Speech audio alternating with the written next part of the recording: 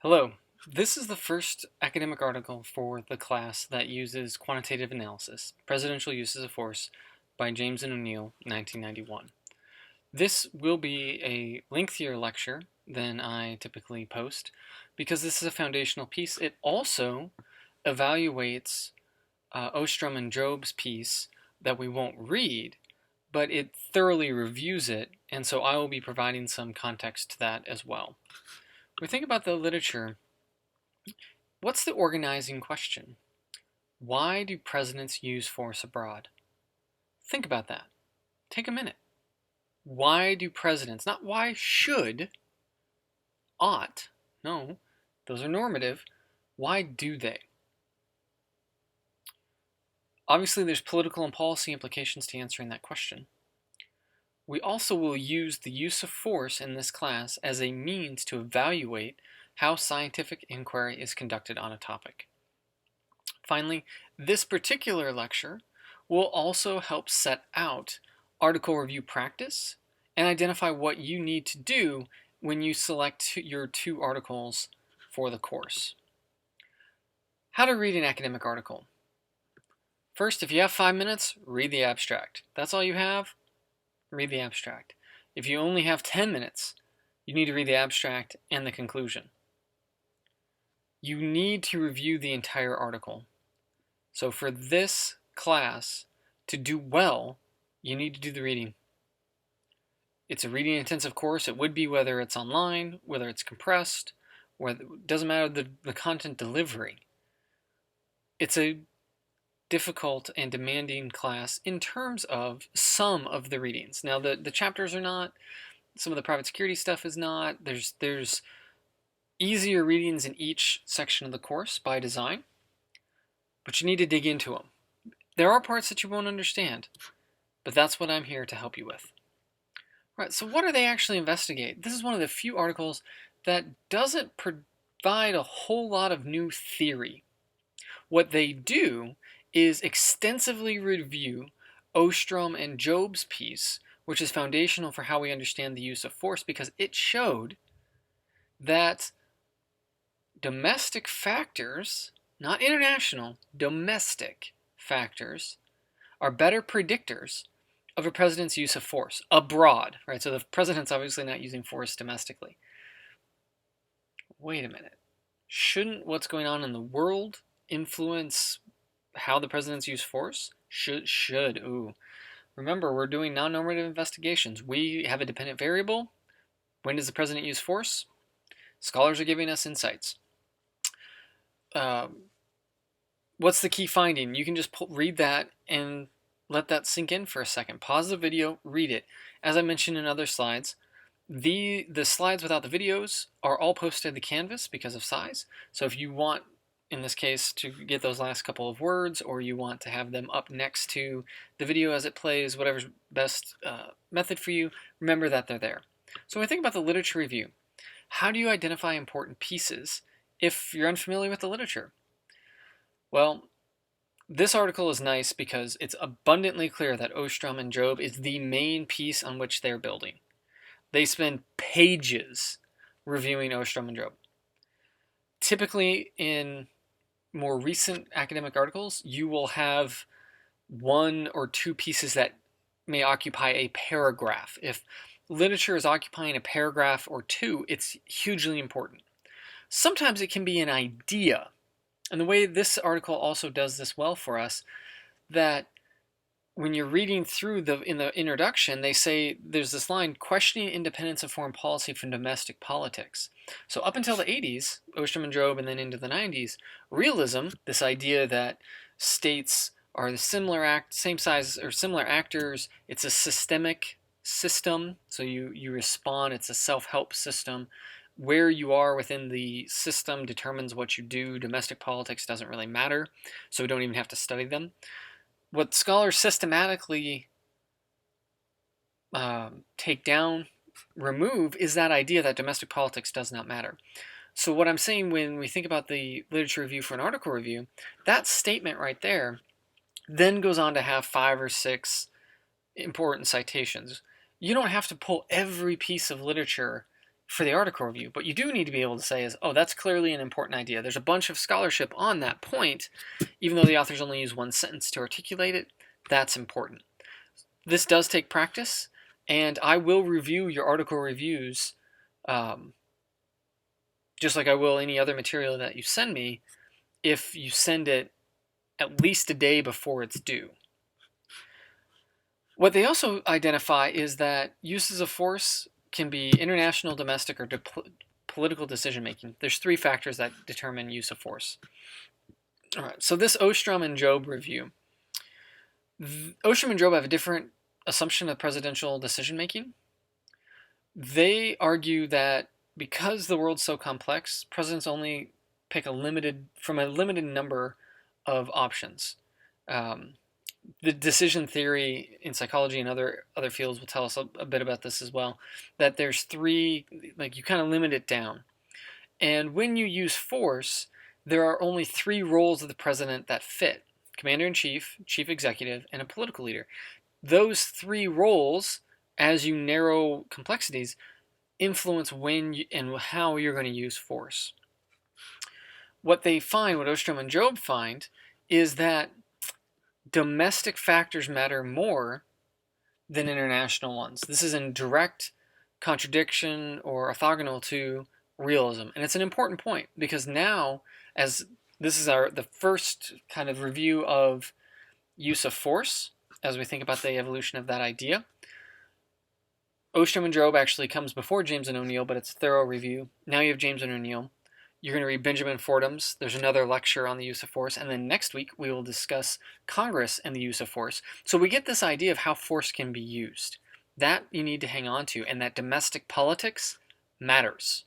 Matters a lot. All right. Ostrom and Job identify 3 decision-making environments: the international, the domestic, and the political. Obviously, U.S.-Soviet tension is a variable in there in the analysis. But could we switch it with U.S.-China now? So again, the idea here maybe not be, oh, this is outdated, it's not useful. No, I don't think that's the case. But it could say great power competitions may shape the use of force. And I think that is something worth investigating. You have the domestic environment. They have 4 issues about risk, strategic balance, public aversion to war, and conditions of the domestic economy. That's one you want to pay attention to. The condition of the domestic economy, the misery index, whether it is unemployment or inflation. These are factors that we use because different political parties respond to them. And then finally, where are you in the electoral cycle? So for example, a president coming up for re-election may choose to use force differently than a president in his or her second term. Right? Where are you in the electoral cycle? Split Congress is something we'll investigate later, but that could matter. Is it unified government or not? The article is distinct because there's not as much of a clear theory. What they're really looking at is they take the international factors and say, Ostrom and Job did an excellent job. Let's investigate something else. And what they specifically are looking at are, it's severity index, which we'll get to. This was my mistake. I get excited about this stuff, regardless of how long I've taught it. And I want to iterate that we focus on the dependent variable in how we organize things in scholarship, typically. So for example, the front end of the class is about the use of force. This would be the same as if we think about all the research that's coming out on COVID-19. I was listening to a podcast on it, an epidemiologist from the University of Minnesota, and he's like, listen, I don't even bother to try to read everything that's coming out right now. He's a super specialist in this tiny area of genetics. Super important. I'm not diminishing the role, but he's so specialized. Or she? Can't remember now. He or she? Can't remember who was the interviewer, who was the scholar. Either way, they focus that person only focuses on the literature that touches their area because that's all they have time for. Okay, so we focus on the dependent variable. Here it's the major uses of force, and it's kind of a dichotomous measure. It happens or it doesn't. In some cases, it's also a count variable. Read the article and look at what they consider major uses of force. Holy moly. Think about nuclear-capable force deployment. And what are the implications of that? That's very different than ordering a flyover or some troops or something like that. These matter. Okay? There's two others that they use. They use crises. So this is an economist. Is the U.S. using force in a crisis? Crisis is defined by someone else. There's only that other one, so there's only those two. What is missing for your article reviews that you will need is where the data comes from. So typically they would just say, let's do terrorism because it's on the top of my head. We're studying terrorism attacks, we're using iterate dataset, or we're using GTD. You need to find the source. Where did it come from? Because in theory, remember, we should be able to replicate all scientific results. Go to the website, pull the data, collect data, do different experiments, and replicate it. Okay, what are the key explanatory variables? Well, remember, they're going to be tied directly to the hypotheses. Okay, so go back through, find the hypothesis for this article, read the abstract. As you get better at reading academic articles, you will notice, oh, this has three hypotheses. There will be, and they're distinct, there will be three distinct explanatory variables, at least. Sometimes there's more, just to try to get into a higher level of analysis. This paper looks at severity. Severity here is looking at the international focus. What's going on in the world and how it may affect U.S. behavior. So in this context, remember, we want to be able to identify the three areas that Ostrom and Job work through, but say they're focusing on international severity. Well, how do we discuss table results? So those components would give you a complete article review for research design. Unit of analysis, sample, estimator, which is listed on that slide, data sources, control variables, how to rerun the analysis. Okay. Next is the table results. You do not have to talk about every model or even every table. You need to use your judgment as you read the articles, because the authors will talk about the most important results the longest. Okay, this one again, it's a little bit older. 1991 doesn't seem like that was 30-ish years ago, but yeah, wow. When we think through this, Table 1 is a replication of Ostrom and Job. Why? Why? In fact, well, I'm not going to make it that. I was going to make it the discussion board post, but I don't want that. I've got other ones planned. Why? Make sure you can answer that. Think through that. Pause the video. Come up with the answer. Did you pause it? Why? Because we're scientists. If you are replicating the results with your data, then it gives you continuation and allows for a better comparison, more thorough comparison with previous data. So they're going to introduce another variable, severity, and see what happens. Well, if you're not replicating first, if there's a different result, it could just be because you have different data. Right? It doesn't actually allow you to do a comparative analysis. Okay, so they do step regression. We typically don't do this, and what they did, to a certain degree, I understand this in this particular instance. Step regression means you run the analysis and you remove a variable if it's not statistically significant, run it again, remove, run it again. In theory, this will produce a model that has the most important explanatory factors for the analysis. We are not trained to think that way, so that's data mining. That can be very beneficial for a whole host of things. We're trying to do theory building. Doesn't mean we get it right all the time. What is a theory? A theory is a model, right? We want to have a better understanding of presidential uses of force. And so sometimes we may want a variable in there, even if it's not statistically significant, because we think it may interact with other variables, but it's just an important condition, okay? So you can do stepwise, but just because you have analysis, actually almost all of the analysis we'll look at will have variables that are not statistically significant. Those variables need to be there sometimes for comparison, replication of someone else's. Sometimes it's recognized that those variables are important, even if they're not significant. And sometimes they're there because we thought that they should matter and they don't. Okay, what's the overall conclusion as you read through this? Severity, so what's going on in the crises, is associated with the use of force. Yay! Congratulations! But the misery index, unemployment, inflation, presidential approval, presidential success are still better predictors of the dependent variable. So let that think in.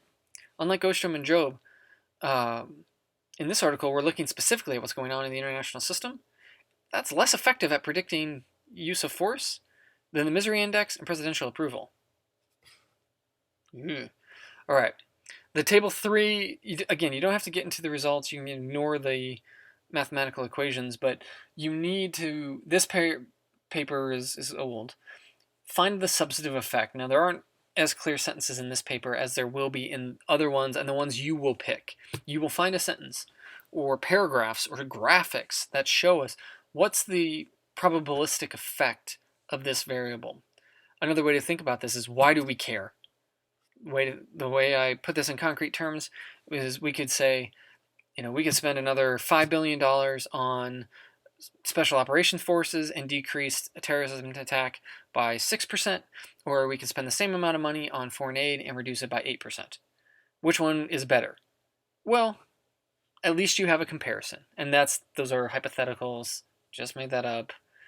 There's a substitution effect, but you can take a terrorism class that I teach to investigate that more.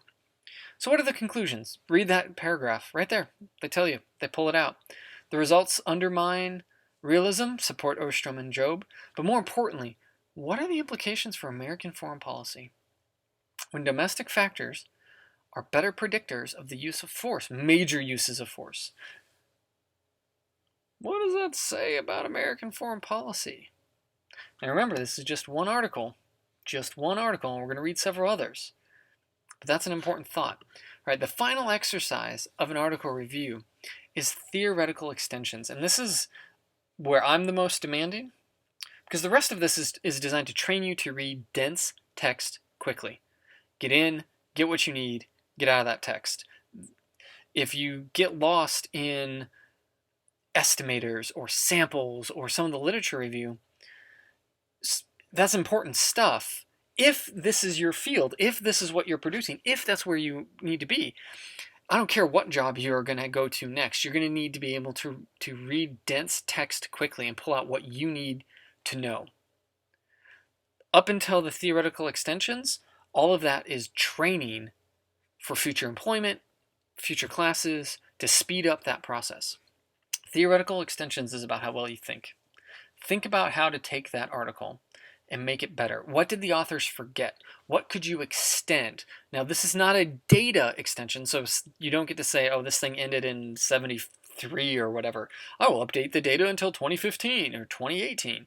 No, that's not a theoretical extension. Talk about the argument. How do I make this argument better? Or what if I think this argument isn't good? Right? Oh, well, you found statistical results. That doesn't make them right. Doesn't make that truth.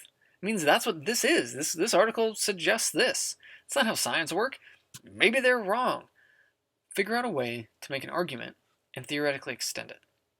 There's lots of ways to do this, as you will see with the use of force over the next sets of lectures over the next 2 weeks. Scholars who investigate the use of force get to theoretical extensions in an article and then make a new one. And that's what we're going to do. Thanks for watching.